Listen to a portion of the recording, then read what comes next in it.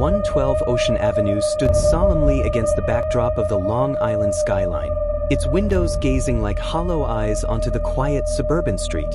To an unsuspecting passerby, it was nothing more than a stately Dutch colonial home, pristine, inviting, and seemingly ordinary. But beneath its picturesque facade lurked a terrifying secret, a darkness that had already claimed lives and was hungry for more. Those who stepped too close could feel it, that silent, watching presence, the oppressive weight of something unseen. The house had a history, one soaked in blood and whispered fear.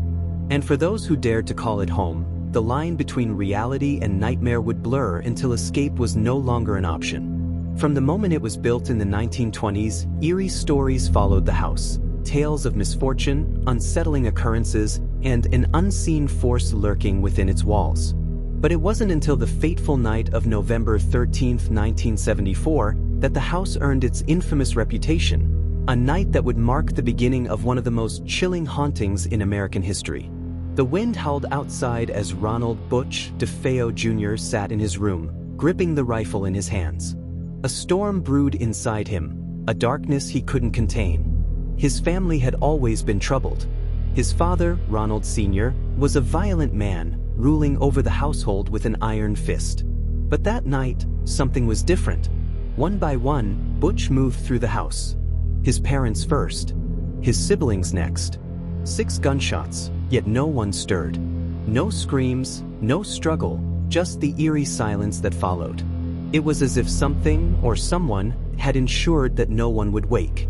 Hours later, Butch ran into a local bar, his face pale. "You gotta help me. My family's been shot." Authorities rushed to the house, uncovering a massacre beyond comprehension. The DeFeos lay in their beds, their bodies riddled with bullets, yet positioned eerily, almost as if they had been arranged. The police questioned Butch, and his story unraveled quickly. Under pressure, he admitted the truth. "It was the voices," he muttered. "They told me to do it." Rumors spread like wildfire.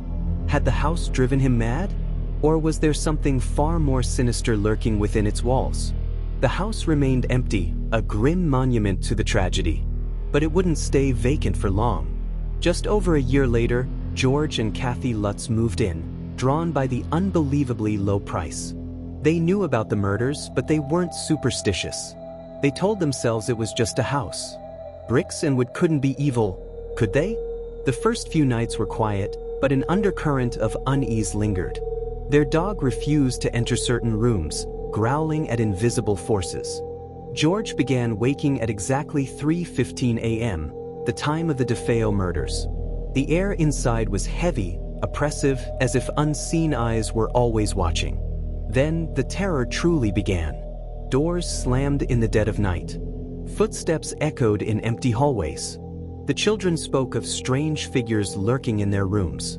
Missy, their daughter, befriended an unseen entity she called Jody, a pig-like creature with glowing red eyes. The same eyes George and Kathy would later see staring at them through the upstairs window. Kathy awoke to violent nightmares, scratches appearing on her skin as though unseen claws had torn through her flesh.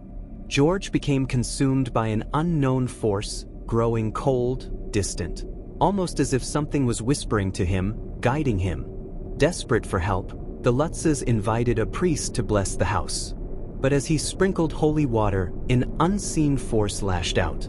A voice, deep and guttural, growled one chilling command: "Get out." The priest fled, later falling gravely ill, covered in blisters. He refused to ever return. The house had spoken. The activity escalated to unbearable levels. The walls oozed with a thick, green slime. Swarms of flies, hundreds of them, gathered in rooms despite the freezing winter air. George found hidden rooms in the basement, their walls painted red, the air inside suffocating as if it were alive. One night, the final straw broke. George awoke, paralyzed in bed, a shadowy figure looming over him. Kathy was levitated from the mattress, unseen hands gripping her throat. The children's screams rang through the house. That was it. They had to leave. With only the clothes on their backs, they ran. They never returned, abandoning all of their belongings.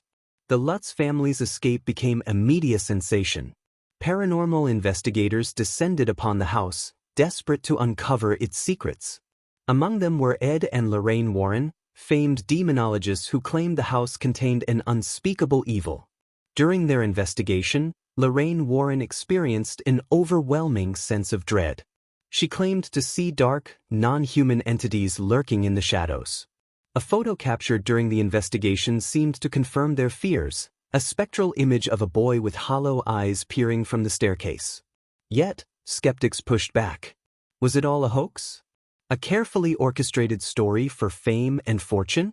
The Lutz family stood by their tale, swearing they would never return, no matter how much money was offered. The house changed owners several times, but its legend remained. The infamous quarter-moon windows became a symbol of horror, their gaze seemingly watching all who dared to look upon them. Books, documentaries, and Hollywood adaptations cemented the Amityville Horror into the annals of the paranormal world. But what truly happened in that house? Epilogue, a final question. Today, the Amityville house still stands. Its address has been changed, its windows altered to deflect unwanted attention. But some say that no amount of renovation can erase what happened there. The DeFeo family's tragic end remains an unsolved enigma. Why didn't anyone hear the gunshots? How did 6 people remain still, their bodies undisturbed? And what of the Lutzes? Did they truly experience a supernatural nightmare, or were they simply swept up in the hysteria of the unknown? Some say it's just a house, an ordinary structure on an ordinary street. Others insist that something dark still lingers there, waiting. So we ask you, do you believe in the Amityville Horror?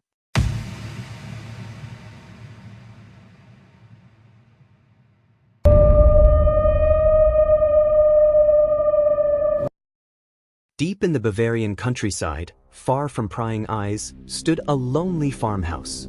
To an outsider, it was nothing more than an unremarkable piece of land, fenced in by dense, whispering woods, surrounded by snow-covered fields. But inside its walls, something sinister had taken root.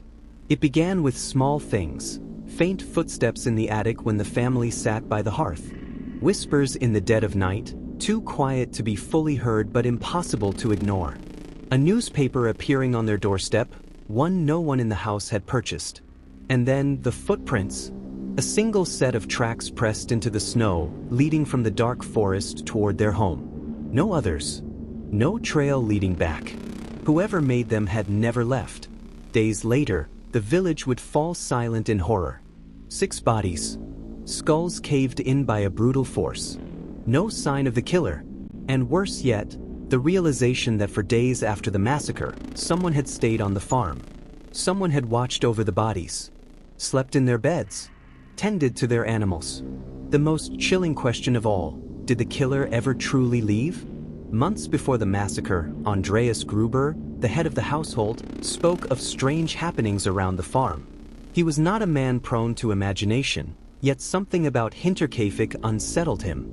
At night, the creaking of wooden beams above their heads became an ominous rhythm. Soft steps, then silence.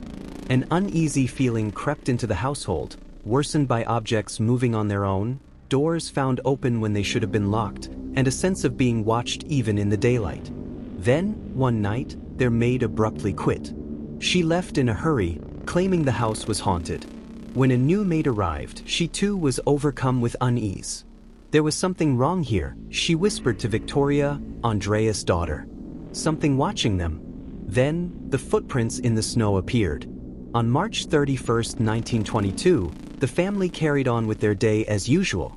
They had no way of knowing it would be their last. At some point during the evening, the killer lured them out to the barn, one by one. Andreas Gruber, his wife, Kazilia, their widowed daughter, Victoria, Victoria's 7-year-old daughter, also named Kazilia, each murdered with a pickaxe, their skulls caved in with terrifying precision. The killer then moved inside the house. He found 2-year-old Joseph, Victoria's youngest son, sleeping peacefully in his crib. He did not wake up before he was killed. The last to die was the maid, Maria Baumgartner. She had been on the farm for less than a day before she, too, met the same fate. By dawn, Hinterkaifeck had become a tomb. Days passed. No one from the Gruber family was seen. Yet, the farm remained strangely active. A schoolteacher noted little Kazilia's absence. The postman saw that letters piled up in the mailbox, untouched. Neighbors passed by and noticed smoke curling from the chimney. The animals were fed. The house looked lived in, but no one answered the door. When villagers finally worked up the courage to investigate, they discovered the true horror. The barn was drenched. The murderer was never caught. Even now, the Hinterkaifeck farm remains one of the most terrifying unsolved mysteries in history. Who was the shadow in the attic? Was it someone they knew, or a stranger who had crept into their lives, waiting for the right moment? And the most terrifying question of all, did the killer ever truly leave? Because if footprints led to the house but never away, where did they go?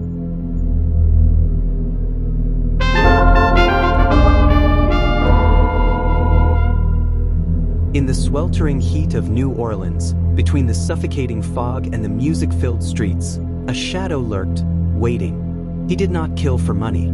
He did not kill for revenge. He killed because he could. With a razor-sharp axe and an obsession with jazz, the Axeman of New Orleans cut a path of terror through the city in 1918 and 1919, leaving bodies in his wake and an entire city paralyzed with fear. But what made him even more terrifying was his letter to the press, a chilling proclamation that he was no mere man but a demon from hell itself. His promise? On the night of March 19th, he would roam the city looking for his next victim, but would spare anyone in a house where a jazz band played. That night, New Orleans became a city of music. Every bar overflowed with people. Every home echoed with frantic melodies. The city danced for its life.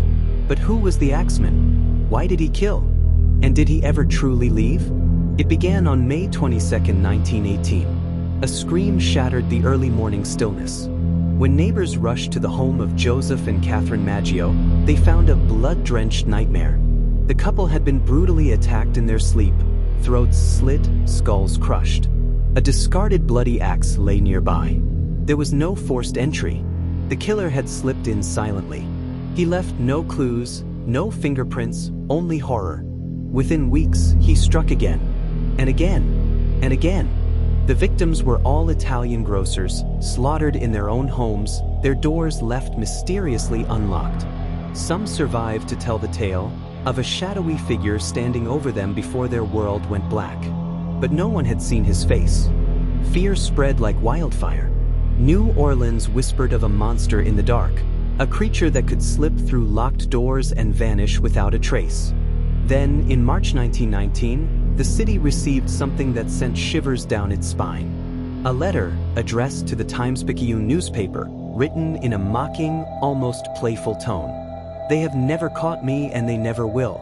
They have never seen me, for I am invisible. I am not a human being, but a spirit and a demon from the hottest hell. He claimed he would strike again on the night of March 19th, but would spare any house where jazz music played. Panic gripped the city. And so, on that fateful night, New Orleans became a symphony of survival. Execution, a city that played for its life. Every club and bar overflowed with patrons, the streets alive with frantic jazz melodies. Homes blared phonographs deep into the night. The city had never been more alive or more terrified. And yet, that night, no one died. The Axeman did not strike. But he wasn't finished. Over the next few months, more bodies were found, more families slaughtered. The police grasped at shadows, arresting suspects only to release them for lack of evidence. No one knew who he was, how he chose his victims, or when he would strike next. Then, as suddenly as he came, he vanished. The murders stopped. The Axeman was never seen again. Over a century later, his identity remains a mystery. Was he a deranged serial killer? A mafia hitman? Or something far worse? A supernatural force, as he claimed? Even now, late at night, some say they still hear his footsteps in the fog. And in the distance, drifting through the air, the faint, ghostly sound of a jazz melody. Is maybe, just maybe, he never left.